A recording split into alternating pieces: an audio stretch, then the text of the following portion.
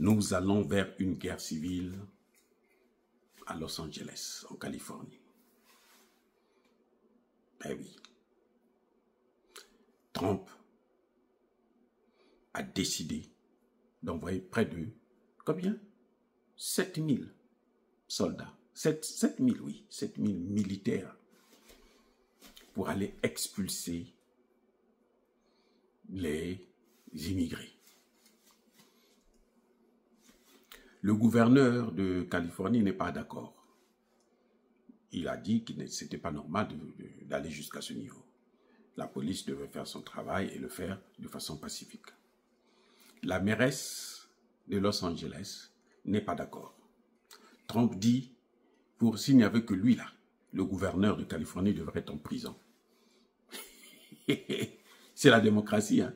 Nous sommes dans la plus grande démocratie au monde. Cette démocratie qui est allée détruire l'Irak, la Libye, l'Afghanistan et tout machin, tout ça. Cette démocratie qui vient même aux Nations Unies mentir devant le monde entier. Nous sommes en démocratie. Là, c'est la démos. Kratos. Vous voyez? Donc, ce qui se passe en Californie, c'est sérieux. C'est presque une guerre civile. Les amis, dans le secteur, les quartiers qu'ils ont occupés là, personne ne sort. Les gens sont chez eux. Les magasins sont fermés. État de siège. La Californie est en état de siège. Nous sommes au bord d'une guerre civile. Parce que, ici aux États-Unis, n'importe qui a le droit de porter une arme. Si tu n'as pas un antécédent juridique qui peut te l'interdire, tu as le droit d'acheter ton arme. Moi, j'ai le droit d'acheter mon arme et puis garder chez moi. Ah oui. Je ne vais pas vous dire si j'en ai ou si je n'en ai pas. Je vous dis seulement, j'ai ce droit. Parce que je n'ai jamais commis un crime, donc j'ai ce droit. Mais en ce moment, c'est une situation très, très, très dangereuse. Est-ce que l'Amérique qui va faire les révolutions de couleur dans d'autres pays, qui va déstabiliser d'autres pays, va elle-même être victime de ce qu'elle a fait chez les autres? Je n'en sais rien. Parce que le principe du karma, il est une réalité. Ça existe, c'est vrai. Donc maintenant, nous ne savons pas si ça va dégénérer. Parce que les gens, les opposants à tout ça, là, sont armés. Et ça pose même vraiment des questions juridiques très importantes. Vous savez, aux États-Unis, quand un enfant naît aux États-Unis, il est automatiquement américain.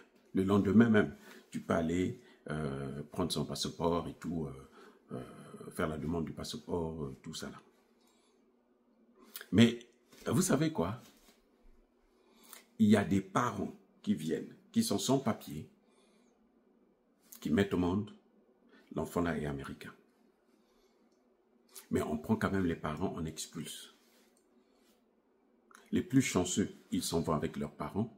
Sinon, les autres, ce qui se passe, c'est que l'État prend les enfants et puis on va les jeter dans un orphelinat. Dites-moi, est-ce que, selon vous, c'est normal? Est-ce que ça, c'est le droit? Parce que quelqu'un qui a un enfant mineur, qui est américain, en principe, on ne peut pas l'expulser.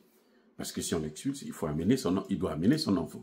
Mais quand il va aller avec cet enfant, quand il va grandir, quelle sera l'idée qu'il aura de son pays d'origine, les États-Unis? Quelle sera l'idée qu'il aura? Les États-Unis. C'est ça, ça pose un problème juridique grave. Et cet enfant-là, quand il grandit, s'il est appelé à observer, à évaluer les intérêts de l'Amérique et les intérêts de notre pays, vous croyez qu'il va choisir les intérêts de l'Amérique, à moins qu'il soit corrompu? Parce qu'il va faire payer à l'Amérique ce que l'Amérique lui a fait à ses parents. Imaginez un enfant qui a été séparé de ses enfants, de ses parents.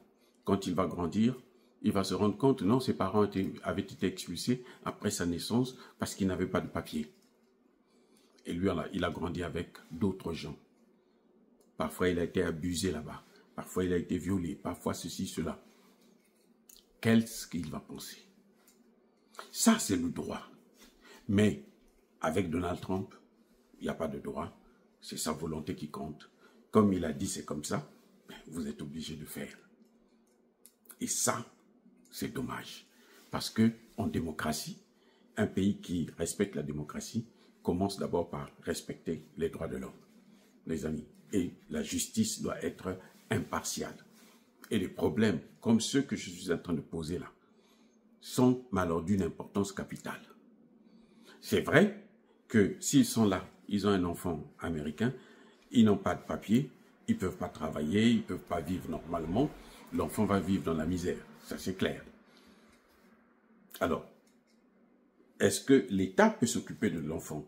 Mais comment l'État peut s'occuper d'un enfant dont les parents sont en train de mourir devant lui? De faim ou de ceci. Vous voyez, ça ne peut pas se faire.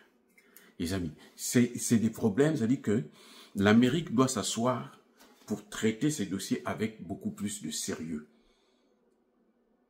Pas parce que, bon, ceux qu'on est en train d'expulser, ce sont des Mexicains, des Africains, des Haïtiens, des ceci, des cela, que, bon, on veut se dire, il n'y a pas le droit, on s'en fout.